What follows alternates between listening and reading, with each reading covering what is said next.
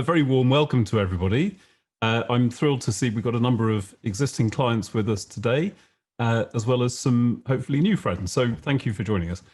As Adam said, the topic for today is mastering virtual presence. And we've all had to learn this new skill over the last kind of 6 months.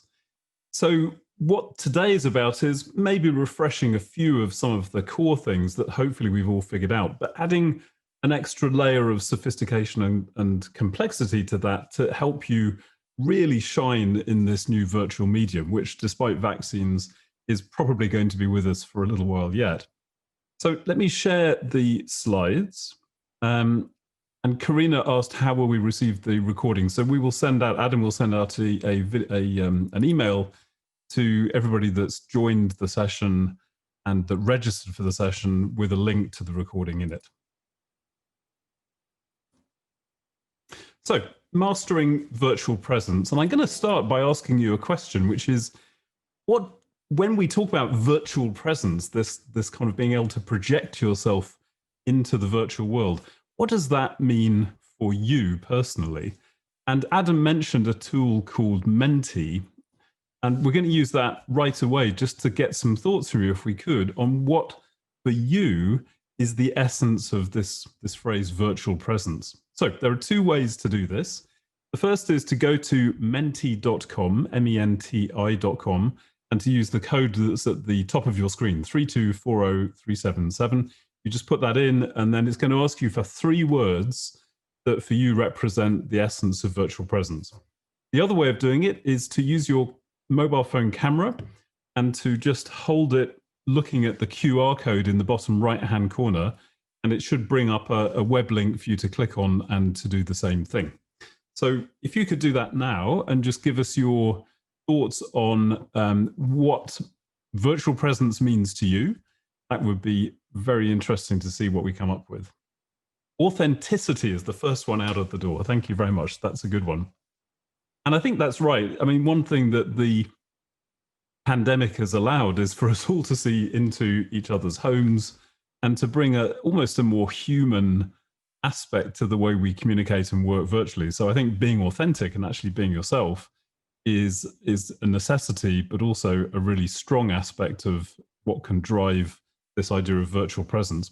So being engaging is the word that's coming up the most in this word map here, but there's a whole bunch of other stuff around it. So body language, effective messaging, effective communication, being seamless. So yeah, getting good at the tools, being slick, keeping people engaged, though, is the thing that's coming out the most. And in fact, we will talk about engagement in more detail a bit later on in this hour. Connecting is another good word, being professional.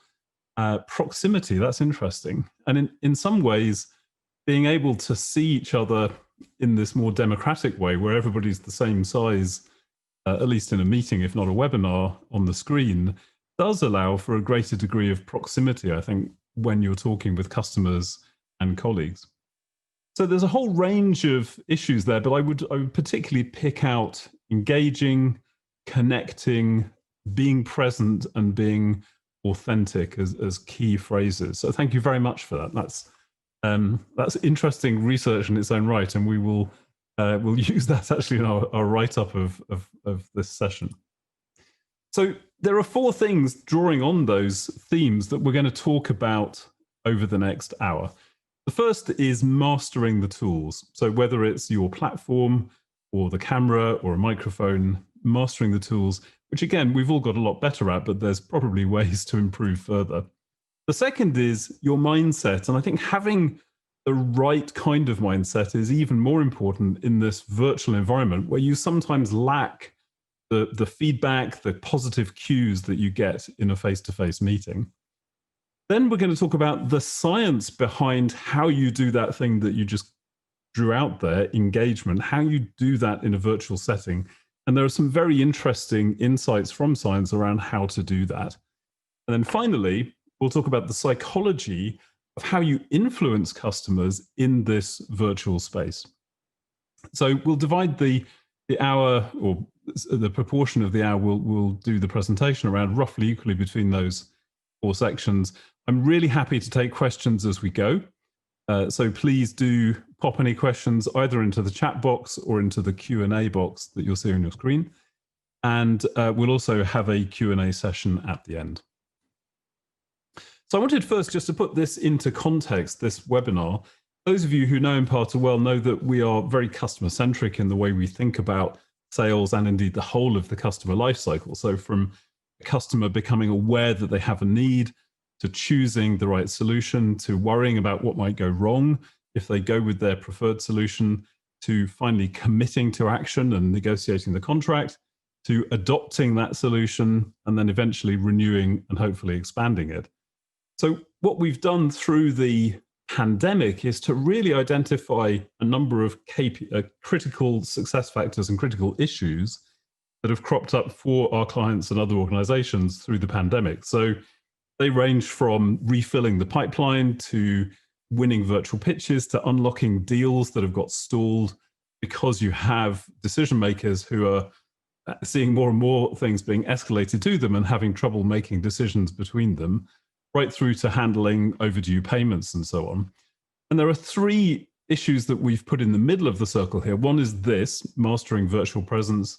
The other is a more focused topic around not just presence, but how you sell virtually. And then finally, how you do virtual sales management. So what we're doing today is an excerpt from a half-day virtual program on mastering virtual presence. So I won't be able to cover every single thing, obviously, in that half-day workshop. But what I hope to do is to give you a good flavor and some real practical things that you can take away and use yourself tomorrow, essentially, or today if you're in a different time zone. So with that said, let's take a look at mastering the tools. So here is a diagram that represents a somewhat idealized version of what a home working setup might look like. Now, I'm very aware, by the way, that most of us probably have something that looks a little bit more like this. So it's just a diagram to illustrate the point. Now, there are a number of issues around the setup that you might have, or that your teams might have, that we're going to talk about. So the first is the platform and how well you know how to use the platform. The second is the equipment you have in order to do this virtual presence. The third is the physical background behind you and the way that you use lighting to create that sense of intimacy and clarity. The fourth is the environment around you and the way that interacts with your concentration and the way you're able to engage online. The fifth thing is you and the way you use your energy and your voice. And then finally, we'll talk about fatigue, which is a real thing that comes from too much online video conferencing and email and not being able to switch off as we're all working from home and the boundaries between work and home life become ever more blurred. So we won't be able to talk about every single one of those, but I'm going to pick out a number of these to focus on. And the first one is equipment. Now, the way I describe equipment is when you are in an in-person setting, you invest time and energy and money in the way you dress, the way you look after yourself, your haircut, and so on. And I think it is appropriate to invest equally, given that this is how we do business right now, in having the right equipment. This is your suit, if you like, in the new virtual world. So the first thing I would suggest, and many of you may already have this, is to have at least 2 screens or one laptop and a separate monitor. That lets you do a range of things, like, for example, have presentation mode and see your notes while you're also sharing the presentation in full screen mode on another monitor. It lets you show a PowerPoint presentation on one while you use chat or other functions on another. It lets you work on one document when you're not actually in a meeting. It lets you work on one document while you have another website or something open that you're referring to. And in general, it just lets you do an awful lot more efficiently. A monitor costs £100 to £200, depending on the quality you go for. But it makes a massive difference to have 2 in terms of your working environment. So if you don't, I'd really recommend it. Right now, I actually have 3. I have a spare one here that I'm not using right now, but the slide presentation is in front of me here, and all the chat boxes and everything else are open here, and that just makes life much, much easier. I then want to talk about cameras. Now, a lot of us are still using the cameras in our laptops, and unfortunately, they aren't great. And one of the things you want to be able to do in order to have virtual presence is for people to be able to see your eyes. Even when I'm presenting, my face is in a very small box for you, but you still need to be able to see my expressions and that I'm kind of looking at you and trying to engage. So most internal webcams are pretty bad. Something like the Logitech C922 Pro, which is a decent kind of webcam that will sit on top of your monitor, is a good choice. You can also, I actually use a DSLR camera right here. So I have a really high quality lens, and I use a thing called the Elgato Cam Link to connect that into my PC. You don't need to go that far. I do an awful lot of webinars and online meetings, and so I felt it was a useful investment to make. The other thing about the camera is you want it to be at eye level, as mine is here. You don't want to be below the camera looking up, and you definitely don't want to be looking down at the camera with somebody kind of having a good shot up your nostrils. So try to keep the camera at eye level. If the best place for it is on top of the monitor screen, that's okay. But if you have a laptop with the camera right down at the bottom of the screen, I would really recommend getting an external camera. Then the last thing to talk about, and actually in many ways it's the most important, is audio. The way that you hear somebody, there's actually a lot more information in the voice over this than there is even in the video. Really, what you're just seeing is the same picture and over again. So the quality of the audio is critically important.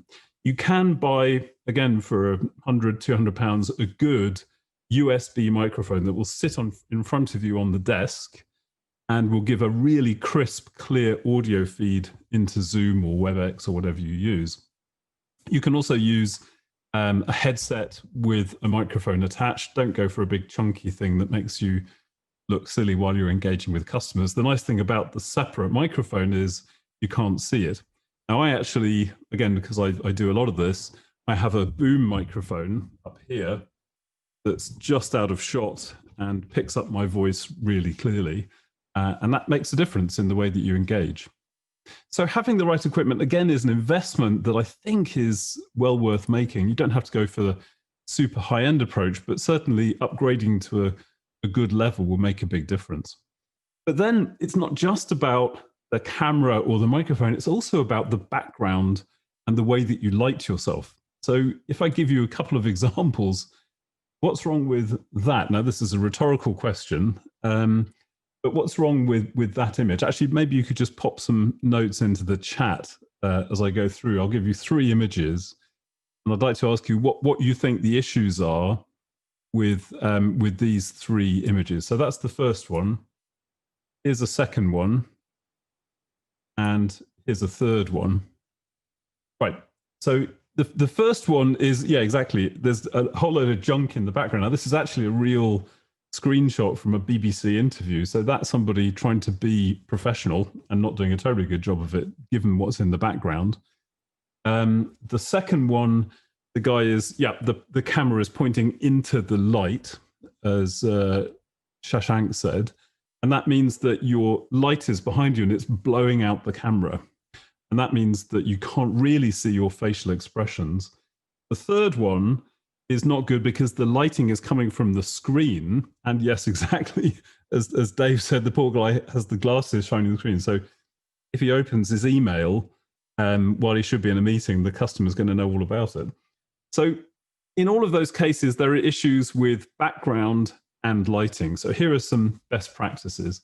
The first thing is declutter your background. Take away some of the stuff, even if it just means moving it temporarily for the meeting.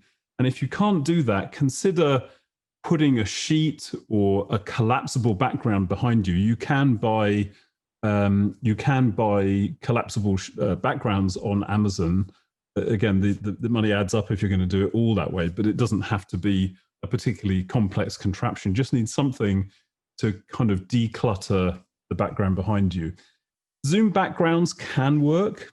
They're a little bit cheesy, and the quality of the separation between you and the Zoom background depends an awful lot on how decluttered your background is in the first place. So in general, I wouldn't rely on the Zoom background. I'd just try and physically put something behind you that looks clean, or as in this case, is home, but is is a reasonably attractive or pleasant background. Lighting then is super critical. So don't sit with the window behind you. If you can, sit facing the window, or at worst, have the window to one side. But also, it's less of an issue in the winter, but in the summer, if you have bright daylight glazing in on one side, you're going to blow out the lighting on one side of your face while the other is in shadow. So it's worth fitting blinds to try and be able to control the sunlight. And then when it comes to lighting, have some separate lights. So I have two lights, one here and one here, that are shining on my face. They're just cheap LEDs on a stand. That you could also use a desk lamp if it's not a tungsten bulb, but a low energy bulb. You could just put some paper over to diffuse the light, but use something to put the light in front of you so that you're clear and people can see your expressions. And that is a big part of creating that virtual presence. So the ideal setup, webcam in front of you, obviously at eye level, two lights on either side, and try and make sure that your head and shoulders are in the shot so that you're not kind of back here and so small that people can't see you. Okay, let's talk about you. Now, one of the things that is a subject of some discussion in the world of online presence is where your eyes should sit. Now, if you think about the way that you engage somebody, when you have a really important point to make, you kind of look somebody in the eye in a normal meeting. You can't do that, obviously, in this setting, but what you can do is look into the camera. So I would say if you have an important point to make, or if you're trying to build a connection with your customer, you've got to practice looking into the lens as I'm doing now. However, in a normal meeting, if you did that the whole time and you just sat there in the meeting staring at your customer, that's not really natural either, and that's going to create a weird effect. So it's okay to allow your gaze to move around. That also will reduce your fatigue. So my recommendation is that if you look at the slide here, your eye keeps coming back to the camera to reestablish that connection with everybody who's watching you, but that you allow it to move to your slides and also down to the eyes of the customers that you can see on the screen. Not only does that look especially natural, but also it means that you can check out what's going on your slides, and you can check out the reactions that your customers are having. So use your eyes for emphasis, but then move them in a natural pattern, just slowly between the different elements on your screen, and don't worry about it too much. Then there's energy. So again, I think most people understand this, but when you're in this environment, you have to dial up your energy by about 10 to 15%, I would say. The things that would seem a little over the top if I was sitting next to you actually come across normally in this environment that's virtual. It's a bit like an actor on the stage. You have to exaggerate things slightly in order to be seen. You don't need to go over the top. That is just as bad. But you do need to inject some energy in the voice to remove some of the fatigue that people will get when they're listening to you over a long period, and also to help people to understand what's important. So if you say things in a monotone, it's very hard to understand where the priorities are, and it's hard to focus. If, on the other hand, you use your voice to emphasize the things that are important, that helps. So energy and eye contact are some of the key things that you can do, again, to improve virtual presence. And the last thing I want to talk about in this section is just the issue of fatigue. We talk a lot about Zoom and Webex and BlueJeans or whatever system you use being very powerful, but they are also exhausting. And there are some good reasons why that's the case. So the first thing is this issue of staring at the camera. So you do need to be seen to be paying attention, but that's quite tiring, just staring into a blank hole in front of you. The other thing that's a big issue is watching yourself. Now, we all do it. It's okay. When your picture is there, it's really, really hard to avoid being drawn to looking at yourself. It's not narcissism. It's just naturally you're kind of like, am I okay? Am I doing the right thing here? So my strong recommendation is to switch off the video of yourself. And you can do that by in Zoom, not in the webinar version, but in the meeting version. You just right click on your picture of yourself and choose hide self view. And in Webex and others, there are similar mechanics. Just takes away the distraction and lets you focus on where your focus should be, which is the customer and their reactions and what you're saying. We're also concentrating to hear and read the body language of our customers in quite small images. We're often multitasking, trying to manage slides, and maybe the email is going or the phone's buzzing. That drains energy. And if you do lose focus, that creates guilt, which also creates that element of fatigue. So what do we do about that? Well, the first thing we've talked about already is turn off self-view. You can also allow yourself to look away and take breaks. So it's important not to put in meetings that go from the beginning of the hour to the end of the hour, but set up meetings for 50 minutes or 25 minutes so that you have time to stretch your legs, go get a coffee, get a glass of water, and so on.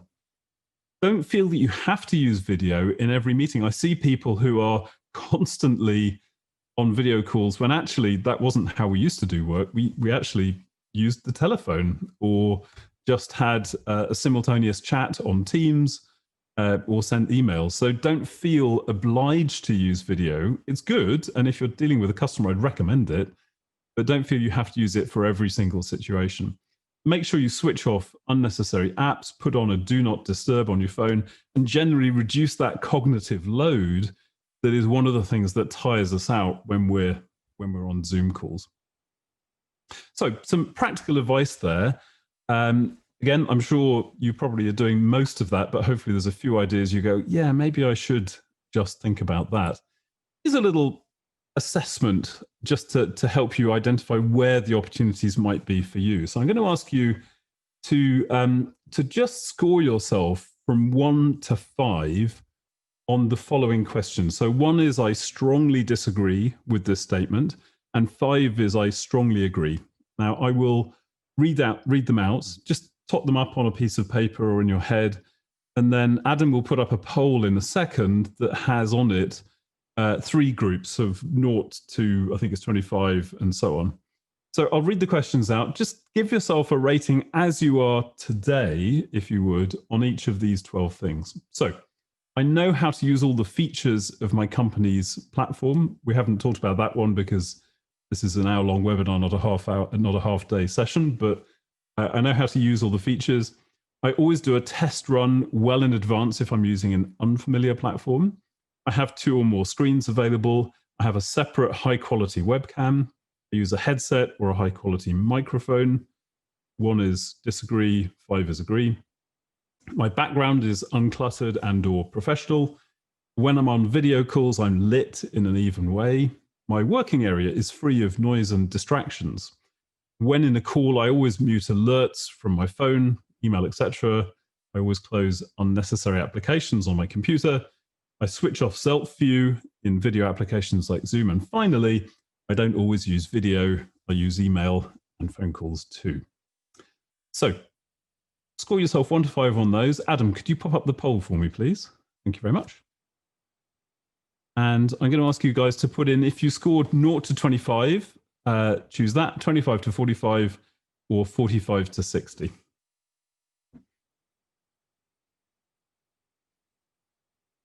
We have 195 people on the webinar today. So again, thank you for joining us. And the goal with this series that we've been doing since the beginning of all of this back in March is generally just to help. So I'm hoping that you will take things away from this that you can use. Okay, we've got about 78 people have responded so far. I'll give it just another 10 seconds. Not to worry if it's taking you a bit longer to go through this and add it up. You'll get the recording and you can do this later yourself. We're also going to send around some written materials to remind you of the content of today.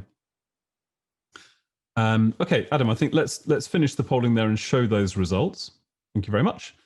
So what we can see is not many people are in the 0 to 25 camp, which is good. If you are there, I would definitely go and invest some money in your setup or get your company to.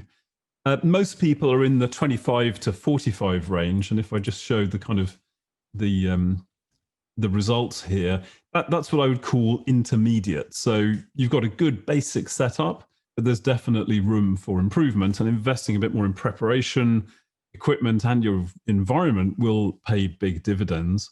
And then about 17% of you are in the virtual master category. So you have a genuinely professional setup and approach, and that is going to be very much appreciated by both customers and colleagues and will help to drive your success. So it feels like most people are in that reasonably okay stage, but there are quite big returns on investment for getting further up. So Steve is asking, regarding setting up your background, can you expand a little at an appropriate moment? Are there best practices in terms of personal versus Stark background? Really interesting point. It goes back a little bit, Steve, to what I was saying earlier about the human aspect of this. I think a stark white wall is better than a kind of messy background, but it doesn't convey your personality. And in these situations, that personality does allow you to connect better and engage with your customers if you are interesting as a person. So my recommendation is to have a few things that are personal, if you can, because it makes you seem like a human being. But I wouldn't overdo it, and I wouldn't create clutter. What those things should be, whether they're books that you feel are appropriate or diplomas or anything, I guess really depends on the kind of persona that you're trying to create in that virtual space. So I would say that depends on you. I don't think there's any real hard and fast rules, but thank you. A good question. Okay. So that is the section on tools. And I'm going to talk fairly briefly around the virtual selling mindset. And I raise this because it is such an important issue in the way that we deal with the stresses of this virtual world that we're in right now. So I'm going to ask you a question. And Adam, let's pop up the next poll, if you could, please. One other piece of advice is to have somebody like Adam as a producer, if you can do, just to take away the headaches of doing the mechanics of the platform. It makes a big difference in a big set piece thing like a pitch, for example. So think back, if you would, to a call, an online call, a virtual call or meeting that did not go well. And let me ask you what the main reason was. So was it, I wasn't prepared, you? Is it that you didn't manage the call well enough? Is it that the platform got in the way? It's hard to do things virtually. The situation itself was difficult for some reason. The customer or the team member was just being difficult. Or it was something to do with my boss or the product or the market or something else that wasn't particularly right. So if I could ask you to answer that poll. Thank you. We're nearly up at 80. As Adam said, if you're on the browser version of Zoom, the polls don't work that well, unfortunately, on a browser. So don't worry, we'll show the results, and I think you can still see the results, even if you can't do that. Blaming the platform, but maybe you should have been better prepared. Aha, that is an interesting observation, Stephen. Okay, let's show the results, Adam. Thank you. So the highest number of people said that I wasn't prepared, which is interesting. And then another 20% said I didn't manage the call well enough. So you had 45% of people basically saying it's something to do with me. I wasn't prepared.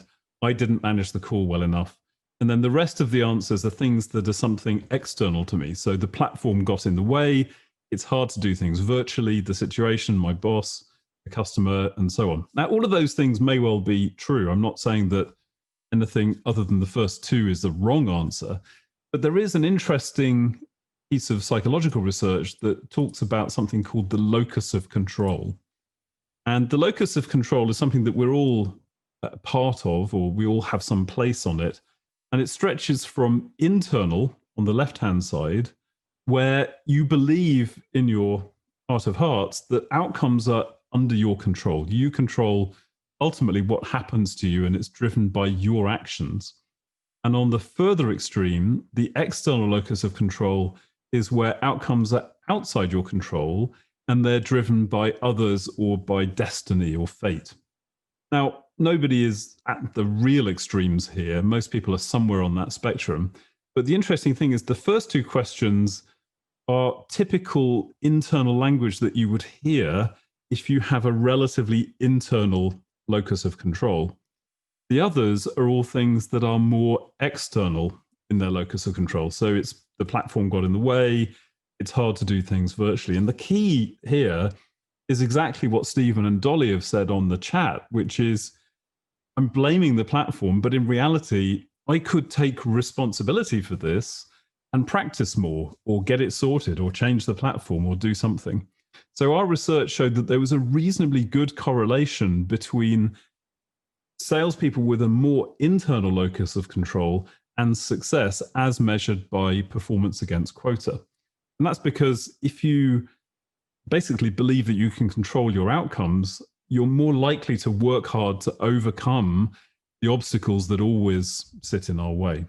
So my advice here is to try and take responsibility for how well you use this virtual medium, and don't fall back on blaming the system or your camera, whatever it might be. And generally try and shift your internal dialogue to being a little bit more internal and a little bit less external. Doesn't mean that there won't be difficult customers or technological problems. There are, but trying to take responsibility will help you to overcome them in advance. So, what's your internal language and how could you change it? Very quickly, there is a thing called pattern interrupts, where if you set yourself what is called a pattern interrupt, where you go, let me look out for if I blame something external for not being able to communicate virtually. When that happens, your brain is quite good at kind of flicking a trigger and going, hang on, you just did that thing. And at that point, just remember, okay, what could I do to change that outcome?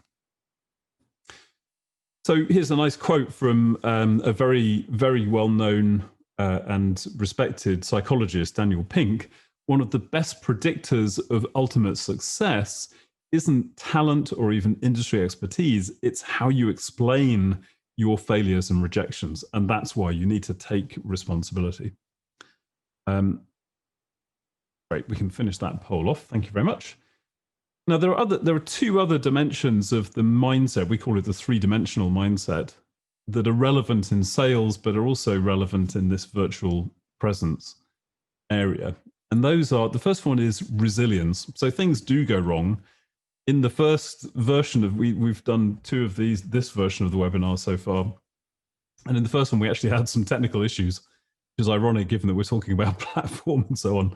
And one of the key things is things will go wrong, and how you deal with it and how you're able to recover from issues is as important as the way that you take responsibility. So Josiah Gilbert Holland, who's an American novelist, said, calmness is the cradle of power. And I do think if you can stay calm and give yourself a degree of resilience to the setbacks that inevitably happen. Right now, we're seeing, all of us are seeing difficulty in getting through to new leads, longer sales cycle times, harder decision hurdles.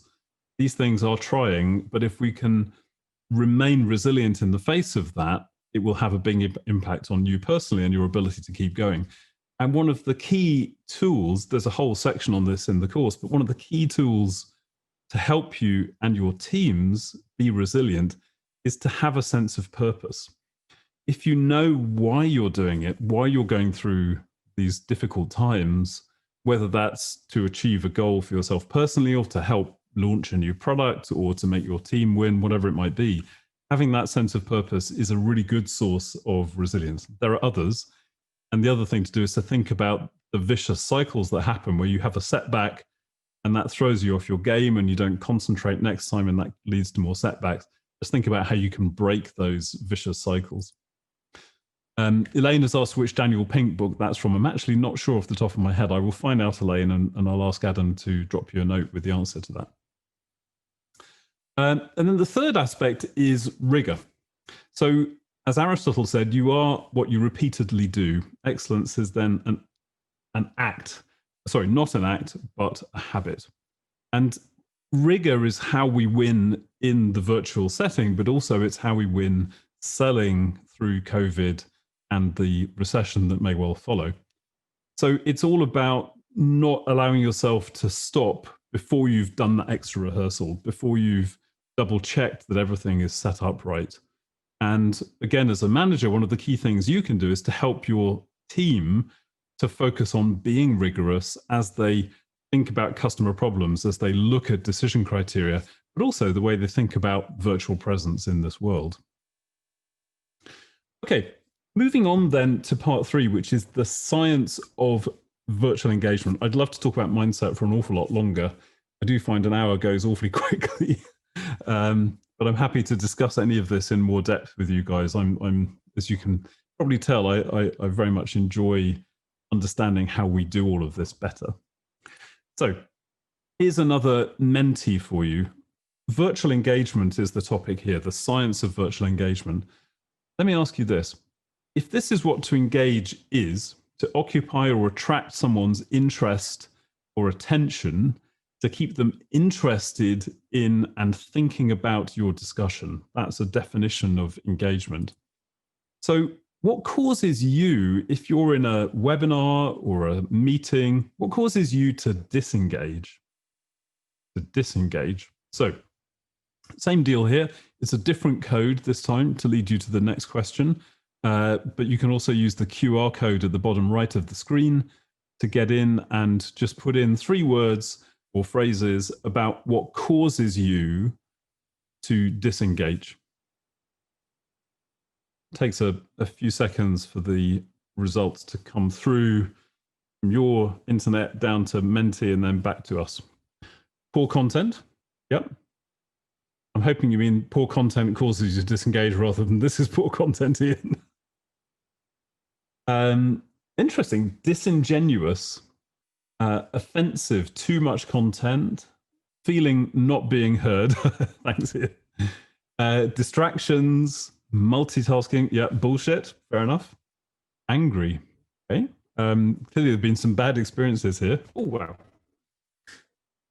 So poor delivery, poor content, distractions, boredom is a key one, isn't it? Because it is quite easy to get bored if somebody's just got a bunch of bullet point slides with 400 words on and they're just kind of droning through them. That's not much fun. No interaction is a really interesting one as well. Monotone speaker. So it links back a little bit to the presence thing we talked about. But what we're seeing coming through as the primary vehicles here are distractions, monotone, boredom, and poor content. And down the bottom there, poor presentation as well. And that can be the way it's presented, or it can be the content. Okay, cool. I really like those. I think it's cool to kind of see the groupthink come together there. And as before, we've got sort of a number of topics that do quite link into those points that you guys made. So the first one is flipping it around. How do I build engagement through the virtual medium? So the first thing, if you think about the lack of interactivity and not being heard, was one of the points that came up earlier just now. Asking questions is key, and listening actively. Building rapport, so that's around the kind of lying, the disingenuity, but also being engaging and building rapport with your audience. The type of the presentation, so using visuals well, making the story clear, so avoiding boredom by focusing attention in an effective way, and then engaging by having interactivity. So those are the 6 topics in this section. Again, we'll just pick a couple to delve into today, but that's the kind of the framework that we use to talk about engagement. Now, interestingly, the thing that's come up here, so Melanie's saying when I'm not the right audience or don't have the right level of technical knowledge, or in the Menti just now, we had a few people talking about not the right content and so on. I haven't really talked about content here. I think those are very valid points, and having the right content is also important. We'll talk about it a bit more later when we talk about virtual influence. So from here, I'm going to pick one which is about listening actively, first of all. Alfredo was asking individual questions. When you don't specify who has to answer, silence will be the answer 80% of the time. That's absolutely right. And it's very easy to be shy in a virtual medium. It's quite difficult to get people to open up. What I find is, and somebody else mentioned, Dwayne talked about one or two people dominating the discussion. That can happen very easily. So it is worth trying to bring the quieter people into the conversation, either by using a tool like Menti or polls or something that allows everybody to contribute in an anonymous way, or by asking people questions by name. I wouldn't do that all the time, but it definitely makes sense to go, John, what did you think of that? Or Jill, I know you had a point of view on this. Could you share it with everybody? So asking people by name is a good way to engage them again in the conversation. But you've also got to make sure that you listen actively. So here's a fun little exercise. Let me just read this out, and then I'm going to ask you some questions about this phrase or this paragraph. Andy Abbott is pleased to announce Avery Ambersan of Alford, Aberdeenshire, was picked by Ashley Astor to accept an accounting apprenticeship in Armoy Antrim. Got that? Okay. So here are some statements, and I'd like you don't have to put this into a poll or anything, but just think for yourself, are these true or false? Andy Abbott works in human resources, true or false? Ashley Astor is Andy Abbott's boss, true or false? Ashley Astor is a man, true or false? Avery Ambersan is good at accounting, true or false? Avery Ambersan is helping with the accounting for the team in County Antrim, Northern Ireland, true or false? Now, you may have answered true or false to some of those. In reality, all of these are false, given the information that we gave you. So if you answered true to any of those, it's interesting to wonder why that is. And the truth is, it's really hard to listen properly, especially, I think, in this environment where all you've got is speakers or a headset to hear people. So there are a number of barriers to good listening. One of them is distractions or just purely having a low attention span. There is some evidence that not having social contact actually reduces the amount of oxytocin that we all have in our systems. And that in turn makes it more likely that dopamine becomes a really powerful motivator of behavior, which is why I think we're all finding ourselves, apart from the fact that the world's gone crazy, we're finding ourselves checking our phones more and just generally being a little bit more jittery and finding it hard to concentrate. That's because the lack of social contact is driving up the importance of dopamine hits in our behavior. So we're all suffering, I think, from lower attention spans. And, there are things that you can do to help with each of these. So if you find that, then try to focus. But the key thing is, rather than just listening to what the customer is saying, also try to analyze as you go. So think about, so what? What does this mean for what they need or what I can do, rather than just listening and letting it wash over you? So analyzing as you go is a good way to stay focused.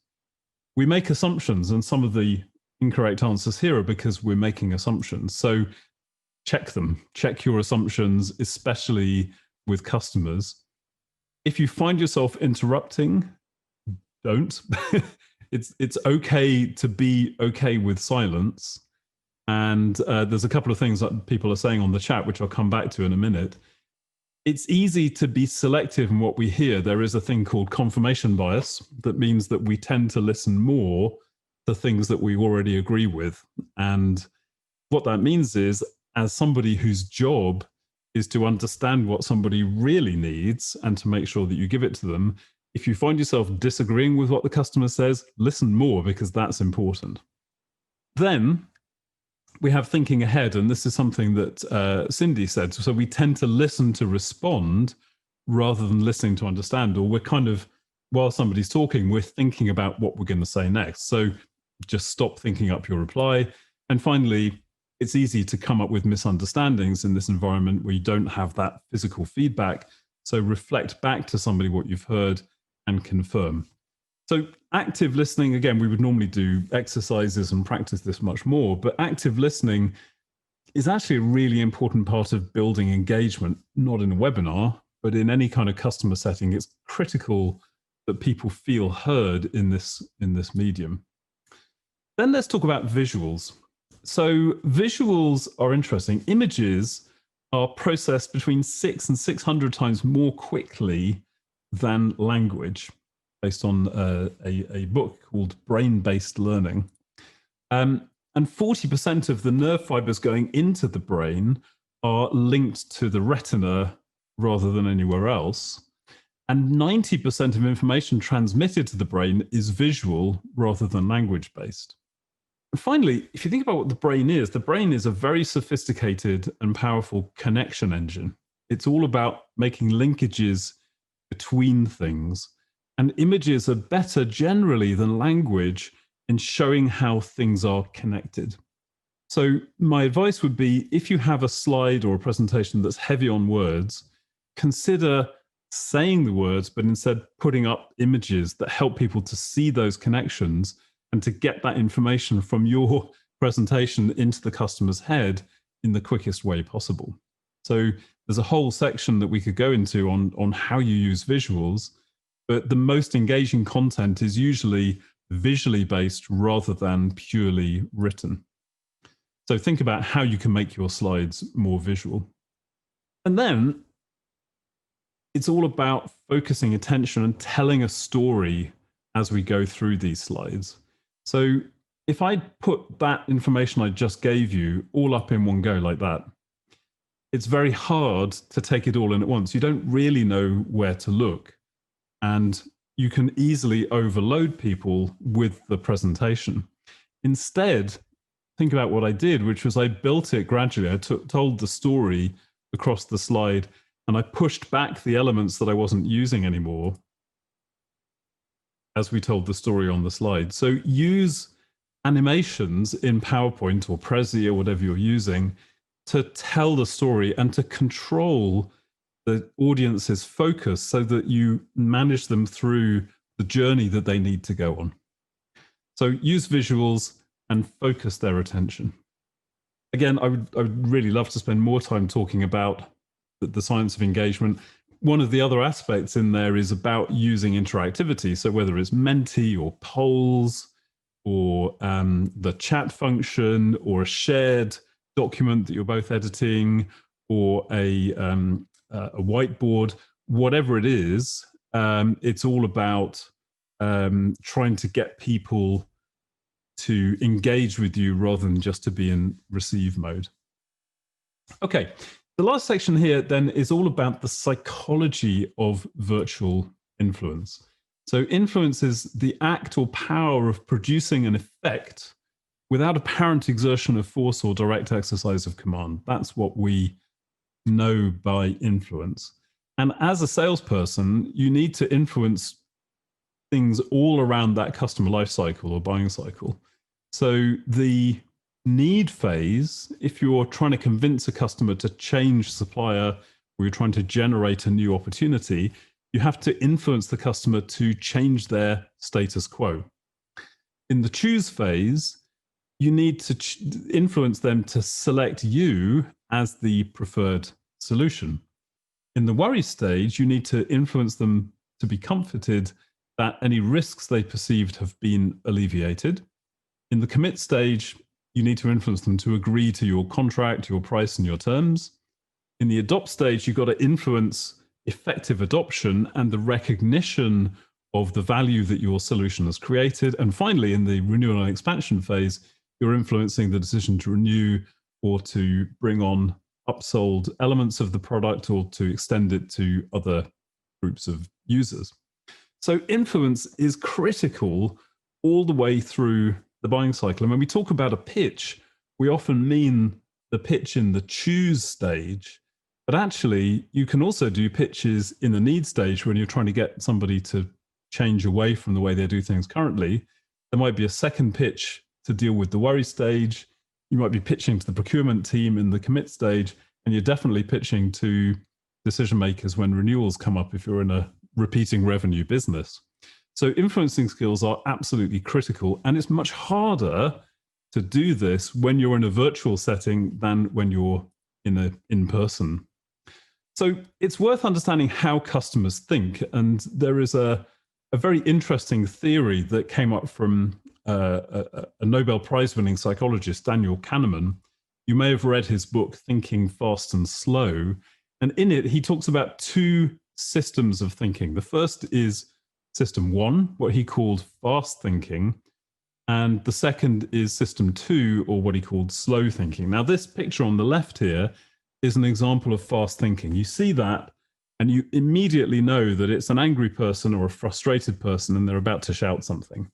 You don't have to think about it. You instinctively and in a very rapid way can recognize what's going on. On the other hand, if I showed you this equation, it's going to take you, unless you're a total polymath, a little time to figure out what the answer is. You know it's not one, you know it's not a million, but you're going to have to actually work it out in order to answer that maths problem. So on the left, we have fast thinking, or system one. And on the right, we have slow thinking, or system two. Now, the way our brains work is they're designed to be efficient. So they use fast thinking as a way to deal with most situations, because if we did slow thinking all the time, it would be intensely resource using. It would be exhausting, basically. And the brain switches into slow thinking mode when fast thinking doesn't or isn't able to answer the problem. Now, there are a couple of issues with this. The first thing is that fast thinking is flawed. So a lot of the things that are called heuristics, the behavioral economics quirks that drive people to do things that are not necessarily rational for them, are because the brain is taking shortcuts when it's doing system one thinking. That's one problem. We need to know what those quirks are in order to be able to work with them. And the second thing is, a lot of presentations and a lot of sales meetings are very firmly anchored on the right-hand side here. They're all about slow thinking. They're logical arguments, factual statements. And especially in a virtual setting, we need to do more to balance our appeal between system one and system two. So give people aha moments on the left that will really help them to engage with you and to be influenced in the right direction. Interestingly, what's happening as senior people get more pressure because they're getting more decisions escalated to them, they have fewer resources to make those decisions with, is that they're actually ironically shifting more towards system one thinking. I'm seeing a lot more clients having a kind of instinctive reaction to proposals rather than taking the time to work them through in that slow way. So under pressure, people tend towards system one, but in any case, we need to put more of that into our presentations and into our virtual meetings. So how do we do that? Well, if I look at a pitch, a typical pitch in the need phase, it might go through, and some of you will have seen this before, so apologies if you have, but introductions, credentials, what's the customer's needs, here's the solution, why us, what's the price, and finally a recap and a statement that we'd love to work with you. Now that looks good, but in reality, you could plot that over time and look at what the customer's reaction is as you're talking to them. So that might look something like this. So the introductions get a reasonably good reaction. Credentials are a bit boring. I don't really care if I don't know I'm going to work with you. Then you're talking about my needs as a customer. That's interesting. The solution, yep, I'm into that, unless it goes on for too long. Then if you include something fun like a video, that will get me interested.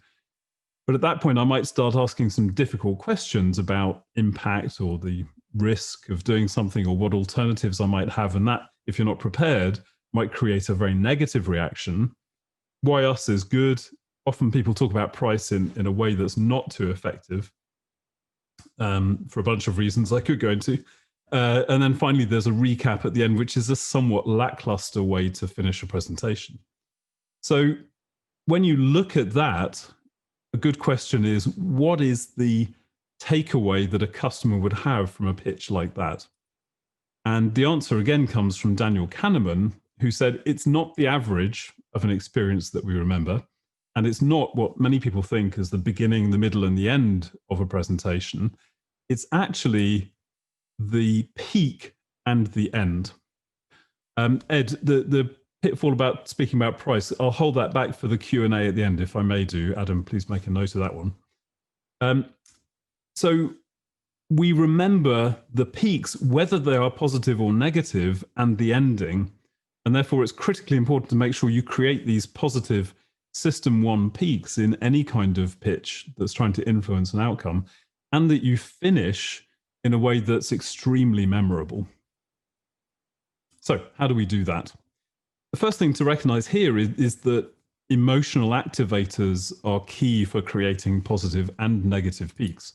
So we want to be creating, we want to be creating maybe not love, but certainly joy, trust, positive anticipation, optimism.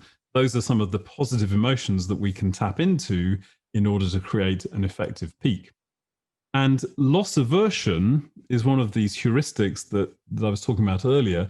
So the research shows that people tend to act in order to avoid a loss 2 to 4 times more than they do to achieve a gain.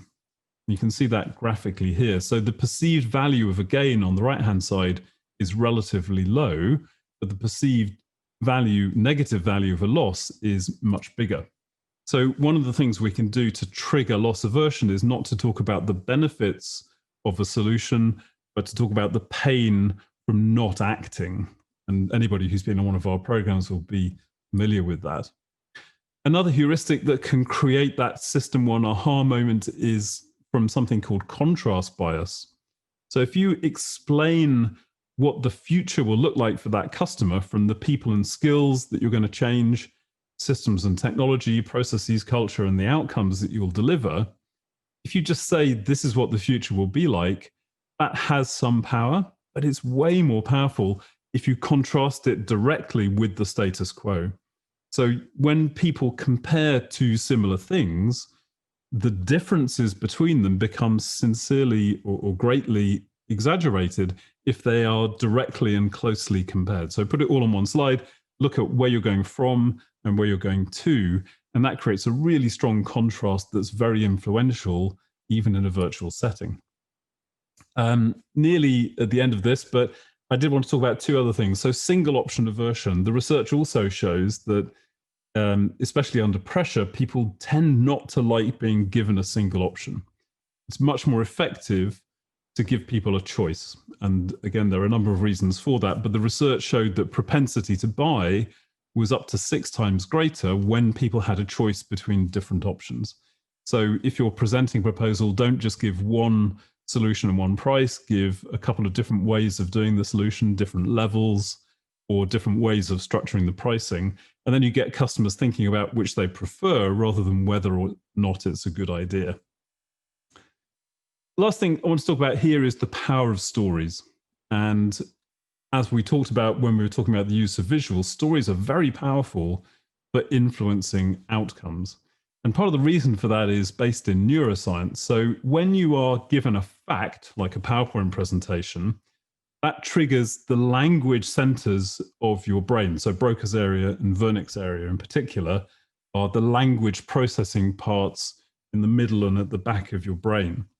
On the other hand, if you are describing sensations, so stories that talk about, it was a cold day, for example, that triggers the sensory cortex, the bit of the brain that experiences sensations. And if you talk about actions in a story context, it triggers the motor cortex. So stories literally put people inside what you're describing, and they kind of experience it with you. Whereas in the fact-based presentation, it's just triggering the language process. So you understand, but you're not really experiencing it. So stories are powerful because they put your customer in a place where they can imagine themselves going through the transition that you're talking about. So if we put all of those things together in the need pitch, so this is not a competitive pitch, but getting somebody to act in the first place, the first thing is let's tell a story. So there are 4 acts in this story, from need, pain and gain, solution, and value. And then we build the positive peaks using things like the cost of inaction, which is loss aversion, the future vision, which is the contrast bias, and things like videos and demos, which are just fun and create an emotional peak. And then we finish with a future vision that draws on all of those things to create a really strong positive peak going forward. So again, a very rapid run through the different areas of how you do virtual influence, but hopefully some things to take away. In the program, we actually use a canvas that lets you kind of plot out some of the things you want to change about your approach. But for now, let me just summarize here. So mastering the tools we've covered. We've talked about the virtual mindset, responsibility, resilience, and rigor. We've talked about the science of virtual engagement, so particularly questions and listening, rapport, visual imagery and focusing, and interactivity. And then in psychology, we talked about system 1 versus system 2, the problem with typical pitches, and how to use these heuristics like contrast bias and loss aversion to really influence people, especially in this virtual environment. So I hope that's been helpful. If there's anything else that we can do to help you, either with short-term issues or to build competitive advantage as we come into the recovery, please drop me a note. You've got my email address there. Nigel Webb is our Chief Client Officer, and Claire Cologne is our Sales Director in the UK. And so any of the three of us, or Adam as well, would be really, really happy to help you out and to have conversations about any of this stuff. So thank you very much indeed. The full recording, Salvatore, will be shared, and we will definitely do that. And I'm very aware, by the way, there's kind of a hostage to fortune to be delivering a webinar on mastering virtual presence. So I definitely hope that you feel that we've delivered on our promise at the same time as giving you some tools.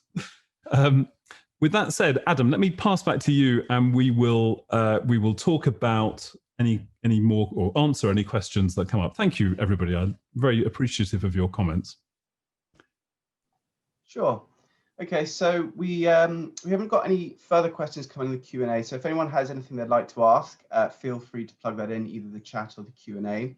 We did have a question earlier on come through from Ed, which was, what's the biggest pitfall when speaking about price? Yes, thank you. So yeah, Ed, when you're talking about price, I think one of the key things, price is always going to create a negative peak. So you need to balance it and offset it with something that is positive, and ideally not something that's just system 2. Here's a really complicated story about why that's a good idea. So my recommendations for presenting price would be, firstly, language. So it's better to call it investment rather than just price. But also to frame the conversation in the context of the benefits to be had, and in particular, the cost of not acting. So if you kind of compare, if you can quantify it, the cost of not acting with the cost of the solution, that makes it seem, by contrast bias, much less of a factor than it would otherwise have been. So the way you frame price is important. I think it's very important to talk about price. I see people trying to avoid it, but you need to look at price if you're going to consider value. You need benefits and cost to work out value. So you've got to talk about it, don't hide it. And indeed, I would actually go further and say it's not just the purchase cost, but also you need to think about the other costs you will incur in owning and using this product or implementing it. And that creates trust by showing that you are a trusted advisor. You're being open about those other costs. But then if you can show the return on investment that's likely, and finally, going back to single option aversion, I would not give a single price. I would give a core price to try and avoid sticker shock, and then optional extras. So you're giving people a choice rather than going, this is it, take it or leave it. And as Alfredo says, highlight the risks of not changing. Exactly. D Square America, a large firm, we deal with that sort of system, we do, and a small startup. So yes, we will be in touch on that one. I'll ask Adam to drop you a note, and we'll see if we can help you get returns on your email campaigns. Miran is saying the last 5 years talking about price, detect the pain, the cost of the pain, and then present the ROI. Exactly. So I hope that helps with an answer. I see there's one from Tamsin. Thank you, Tamsin. Any tips for when you're struggling to speak in a meeting? Face-to-face, you can wait for the natural pause, but in big virtual meetings, it can be tough to not interrupt or end up missing the moment and staying quiet. That is a really good point. And it can be very hard to interject because you're kind of waiting for the right moment and then that moment might pass. Now, that can be true in a real meeting as well. I guess one thought is a lot of platforms have a way of putting your hand up. And so maybe if that's something that you're worried about, I would talk to the person hosting the meeting and chairing the meeting and say, can we set it up so that people can put their hand up if they have something to say? So a little bit of preparation of beforehand and priming the water, if you like, with the chair of the meeting is probably a good way to do that. And also, if you find that you have trouble in a virtual setting, just say that to the chair and say, keep an eye out because I sometimes have trouble finding the right moment to come in.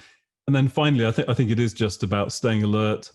And what I would do is I would kind of say, if I'm interrupting, rather than interrupting full bore, if I'm in that kind of meeting, I might go, I just have a comment on this. I won't interrupt, but could you come back to me? And then hopefully when the time is right, the chair will come back to you. So Alfredo, quick question. When you compared 10% that buy under one choice versus 32 and 34% of options A and B, is it correct to say that there's 7 times more propensity to buy? Yeah, I mean, if both of those options are yours, then the difference between the 10% and the 66% is roughly 7 times. Yeah, obviously, if it's you and a competitor, it's only 3 times, but the principle is still there that the likely improvement in purchase propensity is really significant. Okay, time for one last question. Richard, I've seen one come in from Emma here. She asks, do you have any tips when clients don't switch on their cameras and you don't know whether they're engaging, particularly when you're chairing the meeting? Yeah, great question. Yes, I do. I think the first thing I would say is I would encourage people to use their cameras. And I would explain why. So in meetings that we have, I always say, unless it's people I know well, I would say, we encourage you to turn your camera on because that way I can see if you're having a problem or if your reaction is not good, and it will help the conversation to go more smoothly and to be more productive. However, what I wouldn't do is push it too hard. So there are lots of reasons people don't want their camera on. And I have seen examples of sort of camera shaming where somebody goes, Bob hasn't put their camera on. And I think that's going way too far. So I definitely wouldn't encourage shaming. But just an open request and explaining why it's a good idea. So signposting it, and obviously leading by example by putting your own camera on. But if they don't want to, at that point, if you're in a small enough meeting, most people will say, I can't because I've got my kids here or the window cleaners are outside or whatever it might be. But yeah, just being grown up about it and just saying this is why it's a good idea. Okay, well, look, Adam, I'll pass over to you to finish off, but thank you very much, everybody. I really appreciate your time. I hope it's been helpful. For those of you who work with already, I hope it adds to what we've already helped you with, and I look forward to seeing you next time.